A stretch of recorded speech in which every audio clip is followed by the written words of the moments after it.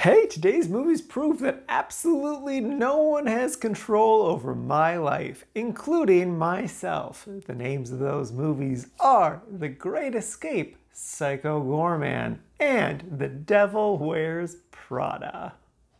First up is The Great Escape. This is a 1963 movie starring Steve McQueen. I have seen this one before back in late middle school, I believe. I watched it way back then because my dad is a huge fan of Chicken Run. That movie played on repeat for years in my household because of my dad. And that movie is a giant love letter to this movie. I will say though, I really didn't remember a ton of this movie.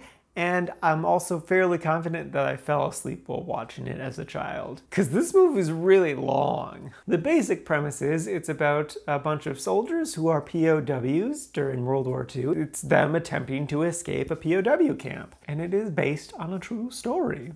My big issue with the movie is mostly that for a good chunk of the movie, the Nazis don't feel like a threat.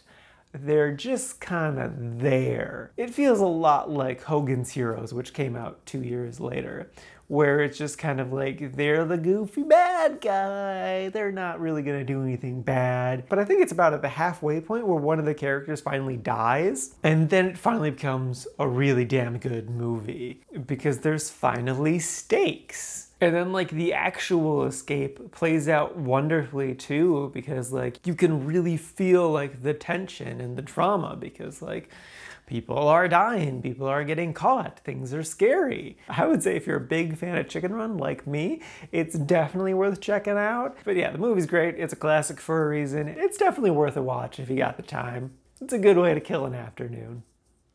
Next up is Psycho Goreman. This is a brand new Shudder movie, and I have been so excited about this movie for so long. As soon as I saw that first trailer, I was like, yep, I am gonna watch this. And I told all my friends about it, and they were like, yep, we're gonna watch this. And then I watched it with a bunch of them, and it was a pretty fun time. The basic premise is this weird monster alien is discovered on Earth, and this little girl figures out how to control him. And the movie is ridiculous and cheesy and so gory, but just great. All of the bad guys are like Power Rangers villains, and that's so much fun. And just all of the blood and gore is just a blast. A big concern I had going into the movie was that the little 11-year-old girl was gonna be really annoying.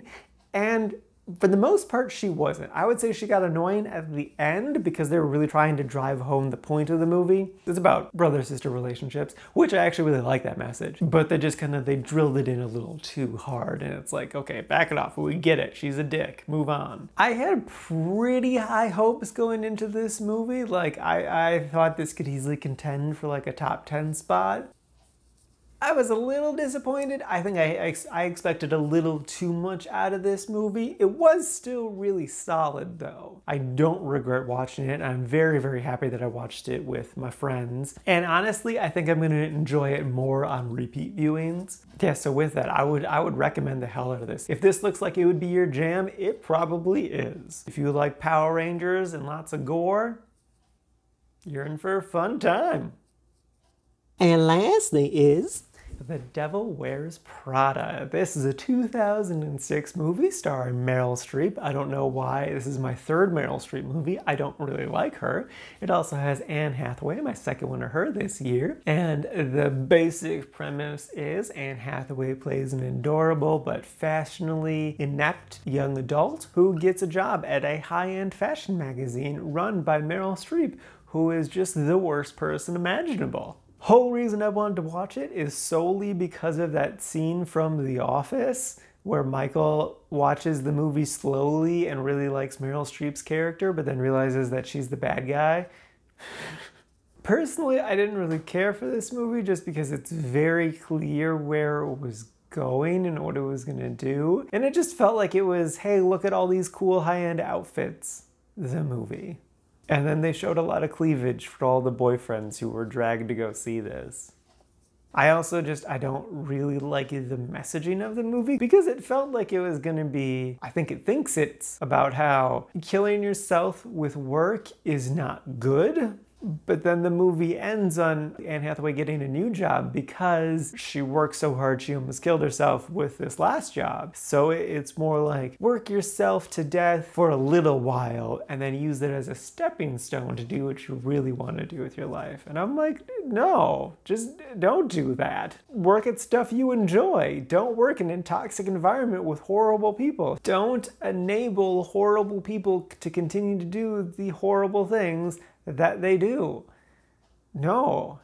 It was cute and funny at times, and I did enjoy myself. Anne Hathaway was adorable as always. I wasn't that bothered by Meryl Streep, mostly because I kind of really knew who her character was because this role has become iconic. I'm mixed. It's middle of the road to me. It's fine. Sorry if you love this movie.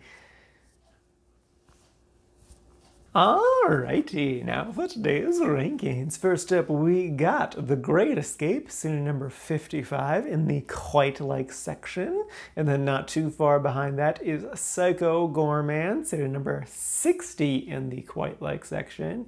And then a bit further down is The Devil Wears Prada, sitting in number 95 in the liked category.